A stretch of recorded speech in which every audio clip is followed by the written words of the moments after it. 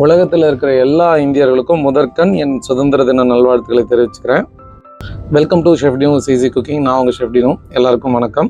இன்னைக்கு வீடியோவில் நம்ம ஒரு பேசிக் சட்னியான இந்த 3 டைப்ஸ் சட்னி தான் பார்க்க போகிறோம்.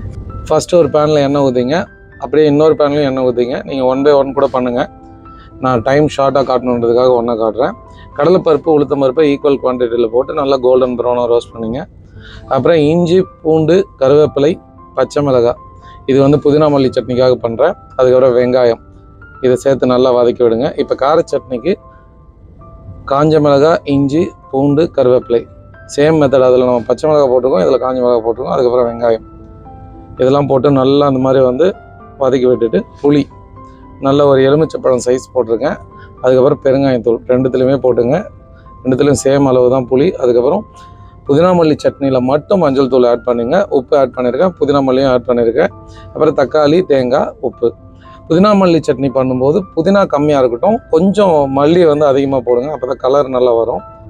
அதுக்கப்புறம் தேங்காய் அதுலேயும் ஆட் பண்ணுங்க. ஆட் பண்ணிவிட்டு நல்லா வதக்கி விடுங்க.